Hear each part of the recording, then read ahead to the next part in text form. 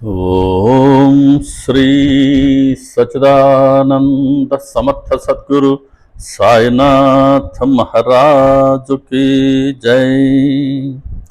గురుమధ్యే స్థితం విశ్వం, విశ్వమధ్యే స్థితో గురుః, గురుర్విశ్వం న చాన్యోస్తి తస్మై శ్రీ గురవే నమః.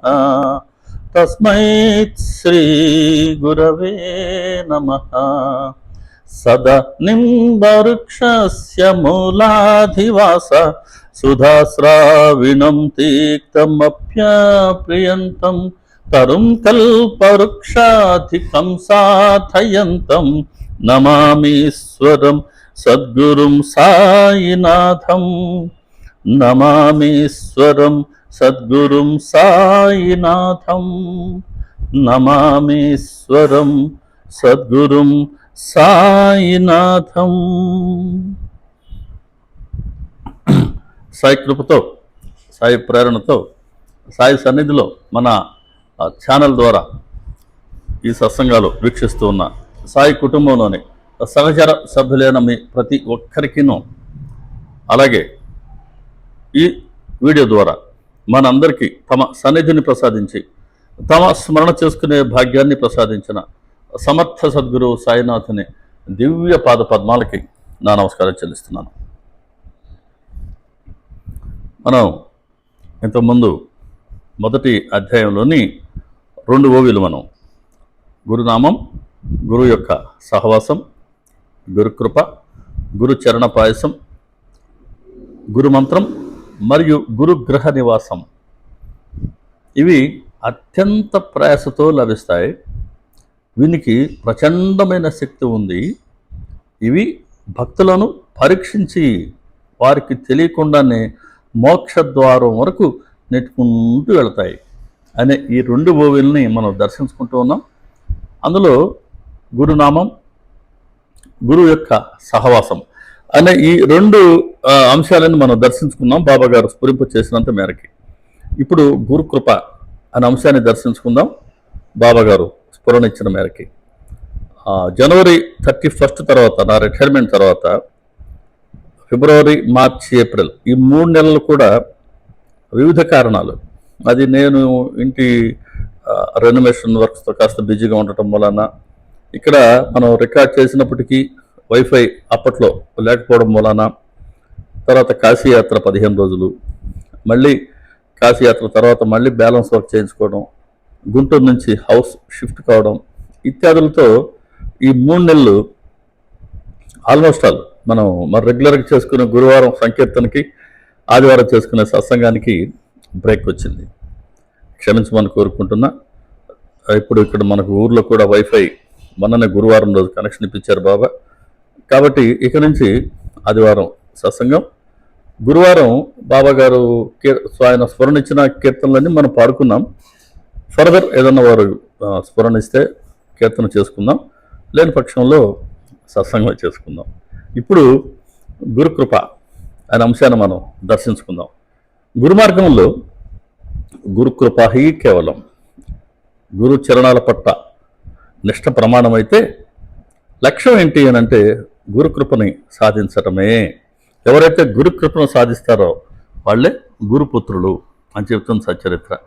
ఈ గురుకృపలో ఉండే దాని పవిత్రతని, ప్రత్యేకతని తెలియచేస్తూ అండి మనం కొన్ని అధ్యాయాల్లోని కొన్ని ఓవిస్ మనం రెఫర్ చేసుకుంటే, 2వ అధ్యాయంలో ఓవి నంబర్ 198 సాయి కృపా కారణంగా శ్రీ సాయి సచ్చరిత్ర శ్రవణం చేయటం వలన దుస్తరమైన భావభయాన్ని తరించటం మరియు కలియుగంలోని మలినం నిర్మూలనమవటం. కలియుగంలో ఉండే మనోమాలిన్యం, వీటి కారణం ఏంటంటే మన మనసులో ఉండే అరిషడ్ వర్గాలు. అలాగే భావభయాన్ని తొలగించడానికి మనం సాధించుకోవాల్సిన శస్త్రం ఏదంటే వైరాగ్యం. వైరాగ్యంతో మాత్రమే భావభయం తొలగుతుంది. అలాగే ఈ మనసులో ఉండే మాలిన్యాలకి అంతటికీ కారణం ఏంటి అంటే మనకు పలు విషయ వస్తువుల పట్ల ఉండే అనురక్తి. అటాచ్మెంట్, వాటి పట్ల మనకు ఉండే మోహం, వీటి కారణంగా మనసులో మాలిన్యం పేరుకొని పోతూ ఉంటుంది. సచ్చరిత్ర ఏం చేస్తుంది? నాన్న, ఇది అనిత్యం రా, నువ్వు దీని వెంట పడకు, దీని వెంట పడితే మళ్ళీ కర్మఫలం పురోగవుతూ ఉంటుంది నాన్న, తిరిగి నువ్వు జన్మించాల్సి వస్తుంది, ఈ జనానువరణ చక్రంలో నువ్వు తిరగాల్సి వస్తుంది, ఎందుకంత బాధ? క్రమక్రమంగా నీ మనసును అనిత్యం నుంచి నిత్యం వైపుకు మరల్చుకో అని, ఏది అనిత్యం ఏది నిత్యం అని తెలియజెప్పే వివేకాన్ని, ఏది నిత్యమో తెలుసుకున్న తర్వాత లేదా ఏది అనిత్యమో గ్రహించిన తర్వాత అనిత్యం నుంచి మన మనస్సుని క్రమంగా నిత్యం వైపుకి మరలింపజేసే వైరాగ్యాన్ని, ఈ రెంటిని సచరిత్ర శ్రవణం తన భక్తులకి శ్రోతలకు అనుగ్రహిస్తుంది. అలా సచ్చరిత్ర శ్రవణం చేయటం వలన ఈ రెండు లభిస్తూ ఉంటే, అసలు ఈ సచ్చరిత్ర శ్రవణం చేయటం అనేది గురుకృపకి ఒక గుర్తు. ఆయన ఆ కృప ఉంటేనే, గురుకృప ఉంటేనే గురువు యొక్క అనుగ్రహాన్ని పొందేందుకు ఉన్నటువంటి ఇటువంటి అత్యుత్తమ సాధన మన సచ్చరిత్ర శ్రవణం, నిత్య శ్రవణం, మననం, చింతన, పరిశీలన, అధ్యయనం. కాబట్టి సచ్చరిత్ర మనకు అనుగ్రహించిందే బాబాగారికి మనందరి పట్ల ఉన్న కృపకి చిహ్నం. అలాగే 24వ ఓవి 3వ అధ్యాయంలో గురుకృప యొక్క విశిష్టతను తెలియజేస్తూ ఒక ఓవి అండి. గురుకృపలోని విశిష్టత ఇదే: ఏమాత్రము తడి లేకుండా ఎండి మోడుబారిన చెట్టును కూడా ఏ ప్రయాస లేకనే పుష్పింపచేసి బాగా ఫలాలు లభించేలా చేస్తుంది. కాబట్టి గురుకృపలో ఉండే విశిష్టత ఇది. ఎలాంటిది గురుకృప అంటే? ఇది ఏమాత్రము తడి లేకుండానే ఎండి మోడు బారిన చెట్టును కూడా ఏ ప్రయాస లేకుండానే పుష్పింపచేసి బాగా ఫలాలు లభించేలా చేస్తుంది. ఈ ఓవి ఎంత సింబాలిక్గా చెప్పారంటే అండి, ఎండి మోడు బారిన చెట్టు ఎలా ఉంటుందంటే, అదిగో అహంకారపూరితమైన సగటు ఒక లౌకిక వ్యక్తి, మనలాంటి వాళ్ళమే, అహంకారపూరితం, నేను ప్రధానికి నేను ఇది చేస్తున్నా, నేను అది చేస్తున్నా అనే కర్తృత్వాన్ని మనం తల నిండా పెట్టుకుంటాం కదా, దాన్ని విడిచిపెట్టడానికి మనం ఎవరు సాధారణంగా ఇష్టపడం. అలాంటి అహంకారపూరిత సగటు లౌకిక వ్యక్తి ఎండి మోడిబారిన చెట్టు అంటే, ఇక ఏమాత్రం తడి లేకుండా ఆ చెట్టుకి అని అంటే, భగవంతుడి పట్ల కానీ గురువు పట్ల కానీ ఒక పూర్తి నమ్మకమో విశ్వాసమో శ్రద్ధ లేకుండానే, వారి పట్ల భక్తి లేకుండానే ఉండటం అన్నమాట. అటువంటి ఎండి మోడిబారిన చెట్టు కూడా ఏమాత్రం తడి లేకుండా ఉండేటువంటి నేపథ్యంలో ఏ ప్రయాస లేకుండా, అంటే ఈ లౌకికుడు తనగా తను ఎటువంటి ప్రయత్నం చేయకుండా, తను కోరుకోకుండానే సద్గురువు ఎంతో ప్రేమతో తమ సన్నిధిని ప్రసాదించి, ఎప్పుడు ప్రసాదిస్తారు సద్గురువు అంటే, ఏ రుణానుబంధమో తెలియదు మనకు, ఏ జన్మలోనో కాస్త రుణానుబంధం వారితో ఉంటేనే ఇప్పుడు వారి కృపను పొందేందుకు మన వంతు వచ్చినప్పుడు ఏదో ఒక మెషితో ఆయన తమ సన్నిధికి రప్పించుకుంటారు బాబాగారు. అలా ఏ ప్రయాసం లేకుండానే, అంటే మన వంతు ప్రయత్నం ఏమాత్రం లేకుండానే, కేవలం రుణానుబంధం కారణంగా గురువు తమ సన్నిధికి మనల్ని తీసుకువెళ్ళి పుష్పింపచేసి, అంటే ఎండి మోడిబారిన చెట్టును ఏమాత్రం తడి లేకుండా ఉన్న నేపథ్యంలో ఏ ప్రయాస లేకుండానే పుష్పింపచేసి, అంటే ఇక్కడ ఈ లౌకిక వ్యక్తిని తమ వద్దకు రప్పించుకున్న సద్గురువు అంటే మనలాంటి వాళ్ళకి ఆయనే నమ్మకాన్ని కలిగిస్తారు, విశ్వాసాన్ని కుదిరిస్తారు, శ్రద్ధని కలిగింపచేస్తారు, భక్తిని కలిగిస్తారు. అలా క్రమక్రమంగా మన మనసుని వారి వైపుకి మరల్చుకుంటారు. అప్పుడు వివేక వైరాగ్యాల జంటని ప్రసాదించి క్రమక్రమంగా మనలో ఉండే అజ్ఞానాన్ని తొలగిస్తారు. అలా జ్ఞాన పుష్పాన్ని పుష్పింపచేసి బాగా ఫలాలు లభించేలా చేస్తుంది గురుకృప. ఎటువంటి ఫలం మనకు లభించేదంటే జ్ఞానం. జ్ఞానం అంటే కైవల్యం అనేటువంటి అంతిమ ఫలాన్ని సద్గురువు అందిస్తారు. ఎటువంటి నేపథ్యంలో? అస్సలు ఏమాత్రము వారి పట్ల నమ్మకం కానీ, విశ్వాసం కానీ, శ్రద్ధ కానీ లేనటువంటి నేపథ్యంలో అహంకారపూరితమైనటువంటి సగటు లౌకికుడిని అతడు ప్రయత్నం లేకుండానే ఎలాగోలా తమ సన్నిధికి రప్పించుకుని నమ్మకాన్ని కలిగిస్తారు, విశ్వాసాన్ని కుదిరిస్తారు, శ్రద్ధని కలిగిస్తారు, భక్తి ప్రేమలను అనుగ్రహిస్తారు. అలా క్రమక్రమంగా అనిత్యం నుంచి నిత్యం వైపుకి మన మనసును మరలింపచేసి సద్గురు చరణాల వద్ద మన మనసును దృఢంగా ఆయన కట్టివేసుకునేలా చేసి క్రమక్రమంగా మనలో ఉండే అహంకారాన్ని, అహంభావాన్ని తొలగించి అలా జ్ఞాన పుష్పాన్ని పుష్పింపచేసి కైవల్యాన్ని ప్రసాదిస్తారు అని చెప్పడం అన్నమాట. ఇది ఏదో ఒక మాట వరుసకి చెప్పిన ఇది కాకుండా మనకు 2వ అధ్యాయం మంచి ఉదాహరణ. సచరిత్ర గ్రంథకర్త అన్నాసాహెబ్ ధబోల్కర్ గారు, ఆయన కదా హేమంత్ పంత్ గారు మనం అందరం ప్రేమగా పిలుచుకుంటాం. బాబా గారు ఇచ్చిన బిరుదు వారికి అది. ఈ హేమంత్ పంత్ గారి అనుభవాన్ని కనుక మనం ఒకసారి టూకీగా పరిశీలిస్తే అండి, హేమంత్ పంత్ గారికి, దీక్షిత్ గారికి, హెచ్ఎన్ నాప్టే గారికి, ఈ ముగ్గురికి మిత్రబంధం ఉంది. ఈ ముగ్గురు మంచి మిత్రులు. వీరు ఒక నియమాన్ని విధించుకున్నారు. ఏంటా నియమం అంటే, ఎవరైనా సరే ఈ ముగ్గురులో ఒకరు తొలిసారిగా ఒక మంచి సాధువునో సత్పురుషుడిని కనుక దర్శించుకునే అవకాశం వస్తే తక్కిన ఇద్దరికి ఆ సాధువు గురించి తెలియచేసి వారి దర్శనానికి ఇద్దరిని కూడా రప్పించేలా వాళ్ళకి తెలియచేయాలి. అలా దీక్షిత్ గారికి బాబా గారి దర్శనం అయిన తర్వాత ఆయన మన హేమంత్ పంత్ గారికి, హేమంత్ పంత్ గారి కాల ధబోల్కర్కే ఈయనకి లేఖ రాశారు. మిత్రమా, నేను షిరిడిలో సాయిబాబా అనే ఔలియాన్ని దర్శించుకున్నాను, వారు మహాత్ములు, సత్పురుషులు, మీరు కూడా వచ్చి వెంటనే వారిని దర్శించుకోండి అని చెప్పారు. సరే, దీక్షిత్ గారు నానాసాహెబ్ చంద్రకర్ మంచి మిత్రులు. అలా హేమంత్ పంత్ గారికి కూడా నానాసాహెబ్ చంద్రకర్తో పరిచయం అయింది. అలా ఈ మిత్ర బృందం ఇలా ఉంది. సరే, దీక్షిత్ గారు చెప్పిన తర్వాత హేమంత్ పంత్ గారు కూడా షిరిడీకి వెళ్ళి బాబా గారిని దర్శించుకోవాలి అని అనుకున్నారు. తీరా ఈయన ప్రయాణం సిద్ధం అవుతున్నటువంటి నేపథ్యంలో హెచ్ఎన్ నాప్టే అని ఇంకో మిత్రుడు ఉన్నారు కదా, ఆయన ఒక గురువుని ఆశ్రయించి ఉన్నారు. అది వరకే. ఆ హెచ్ఎన్ నాప్టే గారి ఏకైక పుత్రుడు ఎంతో ఆరోగ్యంగా ఉన్న నేపథ్యంలో జ్వర పీడితుడయ్యాడు. ఎన్ని రకాల చికిత్సలు అందించినా, దృష్టి దోషాలు వాటిని ఆచారాల ప్రకారం పాటించినా, రకరకాల దేవీ దేవతల మొక్కుబడులు మొక్కున్నా, ఇంకా ఎవరినైతే హెచ్ఎన్ నాప్టే గురువుగా భావించారో వారిని తీసుకువచ్చి ఆ బాలుడి ప్రక్కన కూర్చుండబెట్టినప్పటికీ ఆ బాలుడు దక్కలేదు. ఏకైక కుమారుడు పాపం అబ్బాయి అయిపోయారు.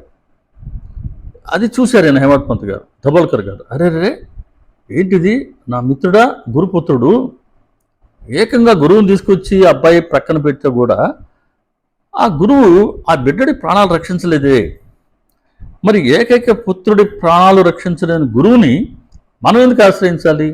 ఇప్పుడు దీక్షిత్ గారు ఏం చెప్తున్నాడు, షిరిడీకి రమ్మంటున్నాడు, ఆయన గురువు అంటున్నారు. అప్పుడు ఇది ఇట్లా జరిగింది ఏంటి, ఆ హెచ్ఎన్ నాప్టే అంటే అది అబ్బాయి ప్రారంధం అలా జరిగింది అంటున్నారు. మరి ఎవరు ప్రారంధానుసారం అది జరగక తప్పదన్నప్పుడు గురువును ఆశ్రయిస్తే మాత్రం ఇక్కడే లాభం కలగలేదు కదా.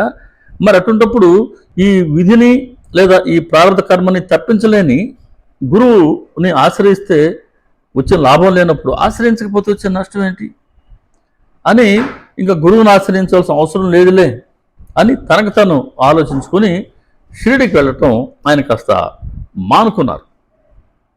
కానీ పూర్వార్జితమైనటువంటి ఆ పుణ్యఫలం ఉంటుంది, అది వద్దన్నా కూడా అది ఈయనని షిరిడీకి లాక్కుని వెళ్ళింది. అదృష్టాన్ని ఎవరు ఆపలేరండి. చూడండి ఎలా జరిగిందో. అంటే బాబా గారు అంటే మనోస్థూలంగా మనం దర్శించుకున్న సత్యం ఏంటి, సచరిత్రని రచింప చేయాలి అనుకున్నారు బాబా. దానికి ఏ రుణానుబంధం కారణంగానో హేమంత్ పంత్ గారిని ఆయన ఎన్నుకున్నారు. మరి ఆయన్ని తమ సన్నిధికి రప్పించుకోవాలి కదా, అదే ఏ ప్రయాసం లేకుండానే చెప్పుకున్నాం కదా, రప్పించుకోవాలి. ఆయనేమో దీక్షిత్ గారి సలహా ప్రకారం షిరిడీకి రావాలనుకున్న ఆయన హాప్టే గారి కుమారుడి మరణంతో షిరిడీకి రావడం మానుకున్నాడు. కానీ గురువు మానుకోడు కదా. మళ్ళీ చంద్రకర్కి వచ్చింది ఒక ప్రేరణ. ఈయన ఠాణాలో పనిచేస్తున్నారు. వసైకి వెళ్తూ దాదర్ వరకు వచ్చి సరే ఇంకా వసైకి వెళ్ళే బండికి టైం ఉంది కాబట్టి ఆ సమయాన్ని ఆయన ఆదా చేసుకోదలుచుకొని బాంద్రాకు వచ్చారు. బాంద్రాలో మన ధబోల్కర్ గారు ఉంటున్నారు కదా. బాంద్రాకి రాగానే రైల్వే స్టేషన్ నుంచి కబుర్ చేశారు ధబోల్కర్ వచ్చారు. ధబోల్కర్ చంద్రకర్ కలుసుకోగానే చంద్రకర్ అడిగిన మాటలు చూడండి. ఏమండి, షిరిడికి ఎప్పుడు వస్తున్నారు? ఎందుకు బద్దకిస్తున్నారు? ఎందుకు కాలయాపన చేస్తున్నారు? షిరిడికి రావాలని ఇంకా మనసులో స్థిరంగా నిశ్చయించుకోలేదు ఏమీ అని అడిగారు. సరే, ఇతను ఎందుకు రావాలనుకున్నారో, ఎందుకు ఆగిపోయారో ఆ సత్యాన్నంతటిని మిత్రుడు కాబట్టి మానసర్ చంద్రకర్ వద్ద ఆయన మనవి చేసుకున్నాడు. అయ్యా, వస్తామనుకున్నాను, ఇదిగో ఆ బాలుడికి ఎలా అయింది, మరి ఇటువంటి బాలుడిని రక్షించలేనప్పుడు ఆ గురువుని ఆశ్రయిస్తే మాత్రం ఫలితం ఏముంటుంది, ఆశ్రయించకపోతే నష్టం ఏంటి అనే ఉద్దేశంతో ఆగిపోయానండి అని అంటే చంద్రకర్ ఒప్పుకోలేదు. అలా కాదు, మీరు ఒకసారి షిరిడికి రండి, బాబా గారిని దర్శించుకోండి, మీ అన్ని సమస్యలకు అక్కడ సమాధానం దొరుకుతుంది, మీ అన్ని సందేహాలు తొలగిపోతాయండి, మీరు వెంటనే బయలుదేరండి అని ఎంతో ప్రేమగా ఈయనకి బోధించారు. అన్న నానాసాహెబ్ చంద్రకర్లో ఉన్నటువంటి తపన, ఆ ప్రేమపూర్వకమైన బోధ విని ధబోల్కర్ గారు తనలో తాను లజ్జితులయ్యారంట. చూడు, నేను షిరిడీకి వెళ్తే ప్రయోజనం నాకే కదా, నాకు ప్రయోజనం కలగాలని చంద్రకర్ ఎంత తపన పడుతూ ఉన్నాడని. అలాగేనండి, అయ్యయ్యో మీరు చెప్పాలన్నా తప్పకుండా షిరిడీకి బయలుదేరుతున్నాను అని మాటిచ్చి అదే రోజు సాయంత్రం ఈయన షిరిడీకి ప్రయాణం అవుతారు. సరే, బాంద్రా నుంచి దాదర్ వరకు టికెట్ తీసుకున్నారు. ఈయన ఉద్దేశం ఏంటి, దాదర్లో దిగి మన్మాడ్ వెళ్ళే ఆ రైలు పట్టుకోవాలి అని. రైలు బండిలో పెట్లో కూర్చున్నారు. వాస్తవానికి నాకు తెలియదు మన్మాడ్ మేలు దాదర్లో ఆగదు అని తెలియదు. ఇది మాత్రం కూర్చున్నారు. గురువు చూడండి, సద్గురువు, సమర్థ సద్గురువు, గురువు కాదు, సద్గురువు కాదు, సమర్థ సద్గురువు అంటే కానీ ఒక తృప్తి కలగడం లేదు బాబా గారి గురించి మనం చెప్పుకోవాలంటే. అప్పుడు ఆ సమయంలో ఇంకా ఆ రైలు బయలుదేరడానికి కాస్త సమయం ఉంది అనుకున్న సమయంలో ఒక మహమ్మదీయుడు హడావిడిగా ఈయన పెట్లో ప్రవేశించాడు. ఈయన లగేజ్ అవన్నీ చూశారు. ఎక్కడి దాకా వెళ్తున్నారండి అని అడిగితే ధబోల్కర్ని, నేను ఇట దాదర్కి వెళ్తున్నానండి, దాదర్లో దిగి అక్కడి నుంచి మన్మాడ్ మేలు పట్టుకొని షిరిడీకి వెళ్తాను అని చెప్తారు. అప్పుడు ఆ మహమ్మదీయుడు చెప్పారట, అరే మన్మాడ్ మేలు దాదర్లో ఆగదండి, మీరు బోరి బందర్కి వెళ్ళండి, అక్కడైతే మీరు మన్మాడ్ మేలు ఆగుతుంది, అక్కడ మీరు ఆ ట్రైన్ పట్టుకొని మీరు షిరిడీకి వెళ్ళొచ్చు అని చెప్పారు. అలా ఈయన బోరి బందర్కి వెళ్ళి షిరిడీకి వెళ్ళే ఆ మన్మాడు మేలు పట్టుకున్నాడు. షిరిడీకి ఆయన వెళ్ళగలిగారు. చూడండి, ఈయన కానీ సపోజ్ దాదర్ ఎవరికి టికెట్ తీసుకొని కానీ ఉంటే దాదర్లో దిగుండేవాడా, ఆ రైలు అక్కడ ఆగేది కాదా, అది కూడా మళ్ళీ రైలు మిస్ అయిపోతే ఈయన మనసులో మళ్ళీ ఎటువంటి ఆలోచనలు లేచేవో కదా, పోతే పోయినని వెనక్కి వెళ్ళిపోయాడేమో ఎవరికి తెలుసు. కాబట్టి అట్ట కూడా అవకాశం ఇవ్వకుండా ఆ లాస్ట్ మినిట్లో కూడా బాబా గారు వచ్చి ఆయనకి నువ్వు బోరి బందరు వెళ్ళు అని చెప్పడం, అది బాబా గారి సమర్థతకి ఒక చిహ్నం, మనం గుర్తించాల్సింది. సరే, షిరిడీకి వెళ్ళారు, వెళ్ళి బాబా గారిని దర్శించుకున్నారు, ధూళి దర్శనం చేసుకున్నారు. చేసుకోగానే బాబాగారి చరణ స్పర్శ, ఒక్కసారి ఆ మూర్తి దర్శనం అయిన తర్వాత నానాసాహెబ్ చంద్రకర్ ఎంత చెప్పారో అంతకన్నా ఎన్నో రెట్లు ఆనందాన్ని ఈయన అనుభవించారు. దృష్టి నిశ్చలమైంది, ఇంద్రియాలు నిశ్చలమయ్యాయి, ఆకలి తప్పులు హరించుకుపోయాయి. బాబాగారితో సంభాషణ, బాబాగారి చరణ స్పర్శ, ఈ రెండింటితోనే జీవితానికి పరిపూర్ణత, ఇక నుంచి నూతన జీవితం అని ఆయన భావించారు. సరే, వాడాకు వచ్చారు. వాడాలో బాలభాటే బృందంతో చర్చలు జరిగాయి. ఏదో ఒక విషయం రావాలిగా, 10 మంది కూర్చుంటే మాట్లాడుకోవడానికి. గురువుని ఆశ్రయించాలన్నా పడలేదా అని ఒక చర్చ వచ్చింది వాళ్ళకి. సరే, ధబోల్కర్ ఏమంటారు, మనం చేసే పనిలో దక్షత ఉండాలి కానీ గురువుని ఆశ్రయించాల్సిన అవసరం ఏముంటుందండి, మనం ఏం చేయకపోతే గురువు మాత్రం ఏం చేయగలరు. కాబట్టి మనలో దక్షత ఉన్నప్పుడు గురువు చెప్పినట్టు మనం వినడం ఏంటి, మన స్వతంత్రాన్ని మనం కోల్పోతూ పరతంత్రాన్ని మనం తలకెత్తుకోవాలన్నా. కాబట్టి గురువుని ఆశ్రయించాల్సిన అవసరం లేదు, మన పని మన కార్యం చేసుకునే దక్షత మనలో ఉంటే అని ఏం చెప్తే బాలభాట్య బృందం భలేవాళ్ళండి, ఎంత పండితులైనా కావచ్చు, మీరు ఎంత తెలివిగలవారైనా కావచ్చండి, గురు అనుగ్రహం లేకపోతే మీరు కేవలం పుస్తక జ్ఞానంలో మాత్రమే ముక్తులు అవుతారండి. కాబట్టి గురువును ఆశ్రయించి తీరాలి అని వారు ఎంతే గట్టిగా వాదించారు. సరే, ఇంక రెండో అంశం వచ్చింది. స్వయం కృషి గొప్పదా, విధి బలీయమైనదా? ఈయన స్వయం ఉద్ధరేదాత్మనాత్మానం అని వేదం చెప్తూ ఉంది కదండి. కాబట్టి మనల్ని మనం ఉద్ధరించుకోవాలి. మనం మనం అంటూ మనం సాధన చేసుకోకపోతే, మన కాలు చేయి కదిలించకపోతే గురువు ఏం చేస్తారండి? అన్ని దైవం మీద భారం మోపుతానంటే ఎలాగండి? కాబట్టి ఉద్ధరేదాత్మ నాత్మానం, మనల్ని మనం ఉద్ధరించుకోవాలి అని ఈయన గట్టిగా వాదిస్తే వాళ్ళు అరే భలేవాళ్ళండి, విధిని మనం ఎదుర్కోగలమా? జరుగుతున్న దాన్ని అడ్డుకోగలమా? జరగబోయేదాన్ని ఆపగలమా? నేను అని చాలామంది అలసిపోయారు మిత్రమా. కాబట్టి ఎప్పుడు కూడా మన స్వశక్తి పనికిరాదు. మనం తప్పనిసరిగా ప్రతి ఒక్కరం కూడా విధికి లోబడే ఉంటాం అని వాళ్ళు వాదించారు. సరే, ఈ వాదోపవాదాలు అయిన తర్వాత సాధించింది ఏంటి అంటే మనశ్శాంతిని కోల్పోయాడు దాబోల్కర్. మసీదుకి వెళ్ళారు. బాబాగారు వెంటనే వాడాలో ఏం జరిగింది, దేని గురించి వాదం పోట్లాట ఎందుకు అని అంటూ ఈ హేమాడ్ పంత్ ఏమంటున్నాడు అని దాబోల్కర్ వైపు చూపించి ఆయన చెప్పడం జరిగింది. అలా దాబోల్కర్ కాస్త హేమాడ్ పంత్ అయ్యారు కదా. ఇక్కడ చూడండి, గురువుని ఆశ్రయించాల్సిన అవసరం లేదు అని గట్టిగా వాదిస్తున్నాడు. స్వయం కృషి గొప్పది అని చెప్తున్నాడు. ఏమాత్రం గురువు పట్ల కానీ భగవంతుడి పట్ల కానీ పెద్దగా భక్తి విశ్వాసాలు లేనటువంటి నేపథ్యంలో షిరిడీకి రావాలనుకుని ఆయన మానుకున్నప్పటికీ ఏ రుణానుబంధం కారణంగానో బాబాగారు ఎలా ఆయన తమ సన్నిధికి రప్పించుకొని తమ దర్శనాన్ని కలిగింపచేసి హేమాడ్ పంత్ అనే ఆ బిరుదు నామకరణం చేయడం ద్వారా ఒక్కసారిగా అతడిలో ఒక మానసిక అలజడి, అరే రే చూడు బాబాగారికి అన్నీ తెలిసే, మేము అక్కడ వాడలో మాట్లాడుకునేందుకు కూడా ఆయన స్పష్టంగా తెలియజేస్తున్నారు, అరే రే ఎంత పొరపాటు చేశాను నేను అని ఆయనలో వచ్చిన అయ్యో ఇంక నుంచి నేను ఎప్పుడు వాదోపవాదాల్లో పాల్గొనకూడదు, వాదోపవాదాల్లో నేను పాల్గొనకూడదని నేను మరణించేంత వరకు నాకు గుర్తుండాలి కదా బాబాగారు నన్ను హేమాద్రి పంతు అనే ఆ కార్యదక్షుడి పేరుతో నన్ను పిలిచారని ఆయన వచ్చినటువంటి మార్పు క్రమక్రమంగా ఎంతటికి వరకు తీసుకెళ్ళింది ఆయన్ని? గురువు అవసరం లేదు అని వాదించినటువంటి దాబోల్కర్ని కాస్త గురు అనుగ్రహాన్ని పొందేందుకు మనలాంటి వాళ్ళకి అత్యుత్తమ సాధనమైనటువంటి సచ్చరిత్రని ఆయన ద్వారా బాబాగారు లిఖింపచేశారే, రచింపచేశారే. ఇది కదా గురుకృపలోని విశిష్టత. ఏమాత్రం తడి లేకుండానే ఎండి మోడు బారిన చెట్టును కూడా ఏ ప్రయాస లేకనే పుష్పింపచేసి బాగా ఫలాలు లభించేలా చేస్తుంది. మరి హేమాడ్ పంత్ గారి విషయంలో అదే అయింది కదా. మరి ఎటువంటి ఆ ఫలితం లభించింది వారికి?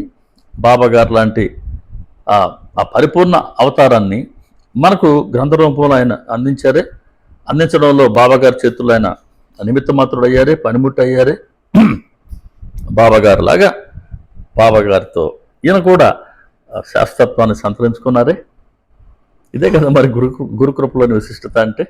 కాబట్టి మనం కూడా గురుకృపలోని ఆ గురుకృపను పొంది మనం కూడా క్రమక్రమంగా అటువంటి శాస్త్రత్వాన్ని మనం కూడా సంతరించుకునే ప్రయత్నం చేయాలి.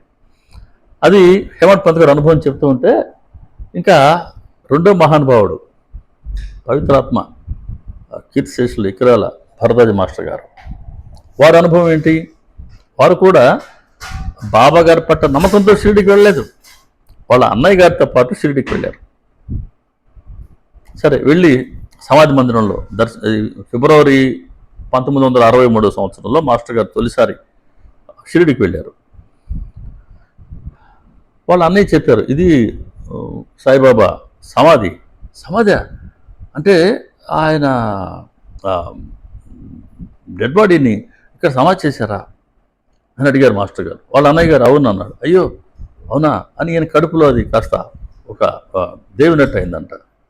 సరే, వెళ్ళిపోయి ఆయన గదిలో పడుకున్నారు. ఆ రోజు ప్రక్కరోజు ఆయన బ్రేక్ఫాస్ట్ చేద్దామని భరద్వాజ్ మాస్టర్ గారు బజార్లకు వెళ్తుంటే అప్రయత్నంగా చూపు సమాధి మందిరం వైపు పడ్డం, బాబాగారి మూర్తి వారిని ఆకర్షించింది. దగ్గరకు వెళ్ళి మళ్ళీ నిల్చొని చూశారు.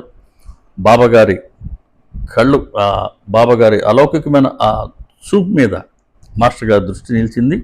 అబ్బా, ఈ దృష్టి ఎంత అలౌకికంగా ఉంది అని ఆయన మనసు గ్రహించింది. ఆయన నుంచొని ఉన్న ఆయన 5 గంటల పాటుగా సమాధి స్థితికి వెళ్ళారు. నుంచొనున్న మాస్టర్ గారు కాస్త పడుకున్నారు. ఎప్పుడు పడుకున్నారు తెలియదు. 5 గంటల తర్వాత వాళ్ళ అన్నయ్య గారు వచ్చి లేపి తెలియచారు. మరి 5 గంటల పాటుగా బాబాగారు శక్తిపాతం ద్వారా మాస్టర్ గారికి అటువంటి సమాధి స్థితిలోని ఆనందాన్ని అనుభవింపచేశారు. మాస్టర్ గారు కోరుకున్నారా? మాస్టర్ గారికి చూడు సమాధి మందిరం అనగానే అయ్యో అనుకున్నారా?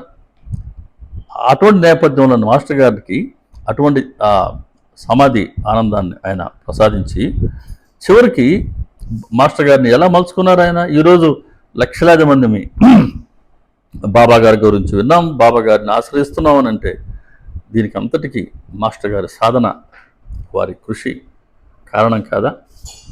కాబట్టి భరద్వాజ మాస్టర్ గారు కూడా బాబా గారి కృపను పొంది, గురు కృపను పొంది వారు కూడా శాశ్వతులయ్యారు కదా.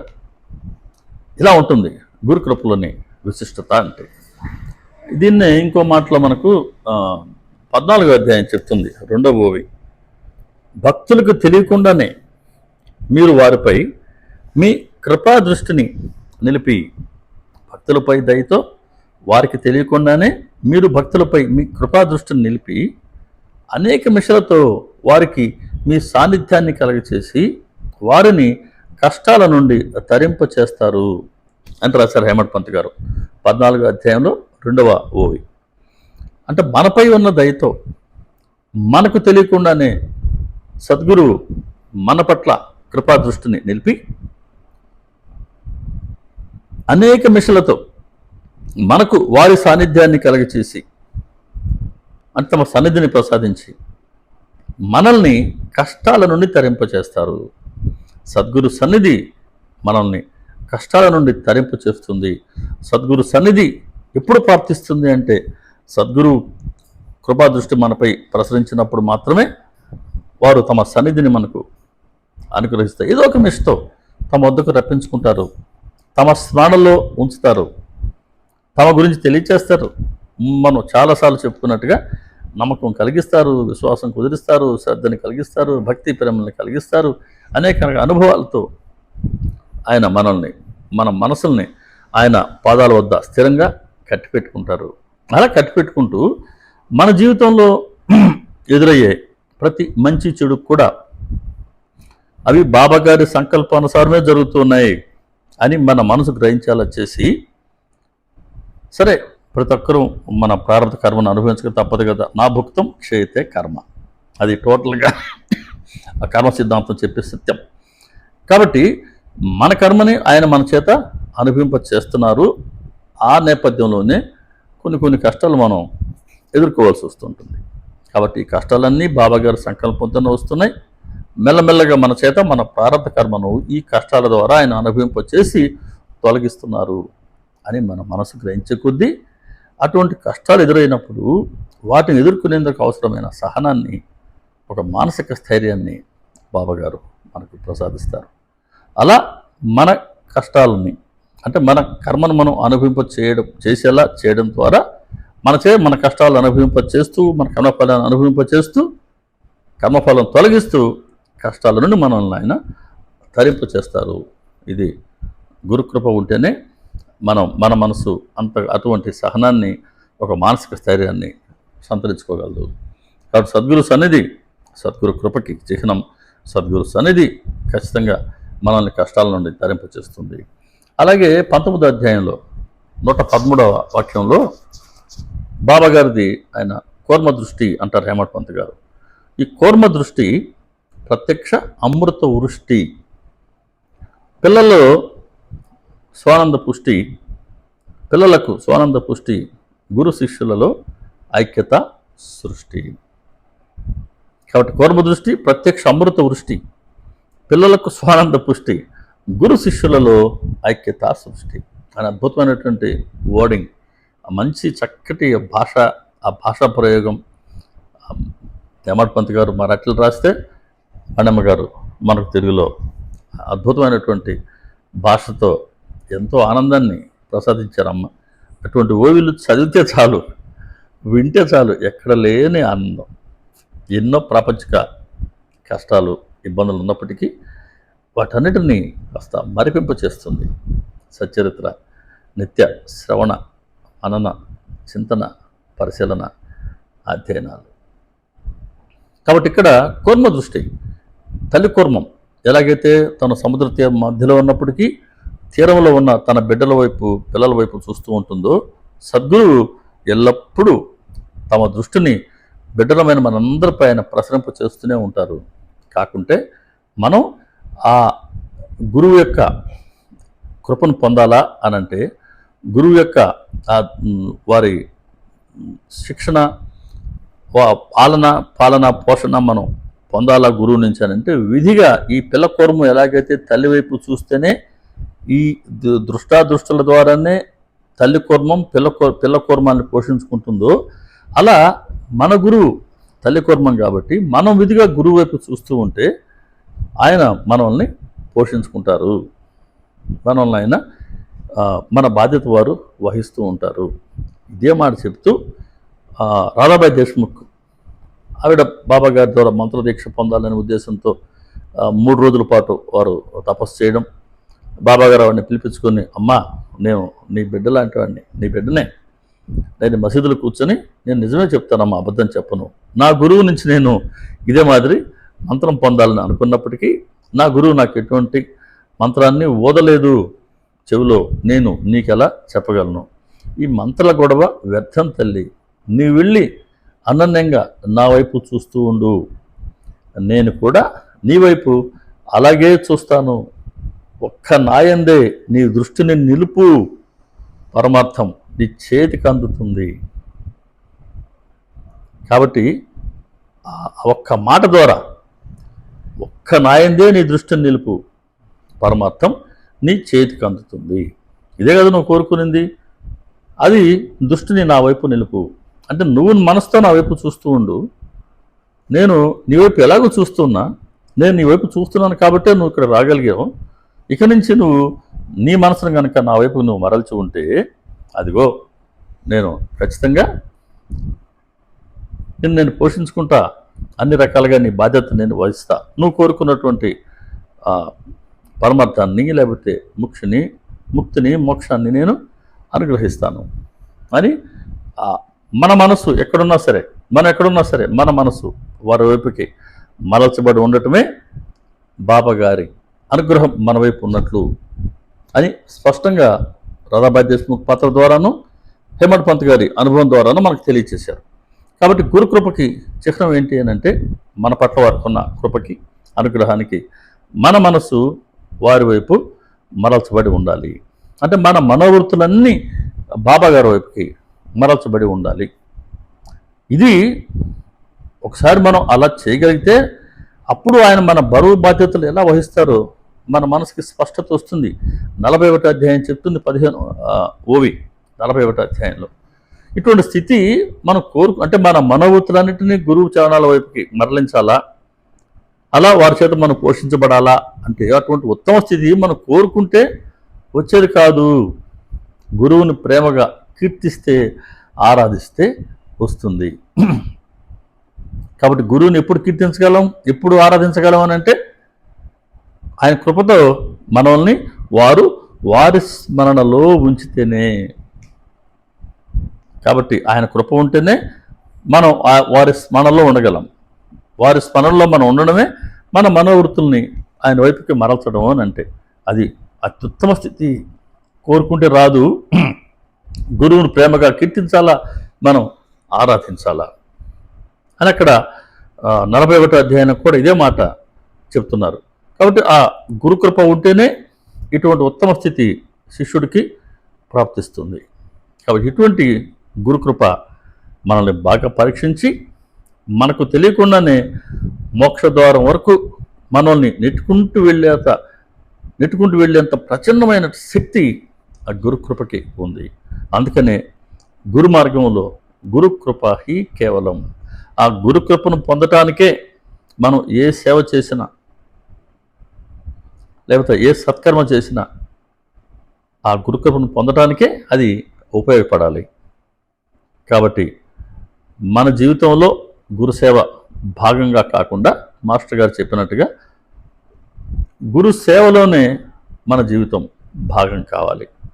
అంతగా గురుసేవలో మన మనసు లగ్నమయ్యేలా గురుకృప మనందరికీ లభించాలని బాబాగారి పాదపద్మాల వద్ద ప్రార్థన చేస్తూ శ్రీ సచిదానంద సమర్థ సద్గురు సాయినాథ్ మహారాజుకి జై. సర్వే జనా సుఖినో భవంతు, లోకా సమస్తా సుఖినో భవంతు, సమస్త సన్మంగళాని భవంతు. ఓం శాంతి శాంతి శాంతి. సర్వం శ్రీ సాయినాథార్పణమస్తు. శుభం భవతు. శ్రీ సచ్చిదానంద సమర్థ సద్గురు సాయినాథ్ మహారాజ్కి జై. ఓం తత్సత్. ఇది గురుకృప అండి. తర్వాత వీడియోలో కురుచరణ పాయసం అనే అంశాన్ని మనం దర్శించుకుందాం. ఇతర సాయి భక్తులకి మన ఛానల్ని పరిచయం చేయండి. బాబా గారి కృపతో రెగ్యులర్గా మనం సత్సంగాల్లో కలుసుకునేలా ఆశీర్వదించమని బాబా గారిని మనం కోరుకుందాం. అందరికీ నమస్కారం అండి. శ్రీ సాయిబాబా.